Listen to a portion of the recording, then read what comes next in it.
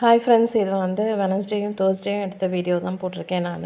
Wednesday morning எல்லா வேலையும் முடிச்சுட்டு பிள்ளைங்க ஸ்கூல் கிளம்பிட்டாங்க. என்னால் அதெல்லாம் வீடியோ எடுக்க முடியலை.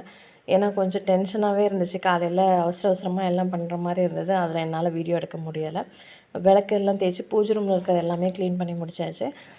விளக்கு தேய்ச்சி பொட்டெல்லாம் வச்சுட்டு ஈவினிங் விளக்கேற்றி சாமி கும்பிட்டோம். அன்றைக்கி பிரசாதமாக வந்து கேசரி தான் பண்ணியிருந்தேன்.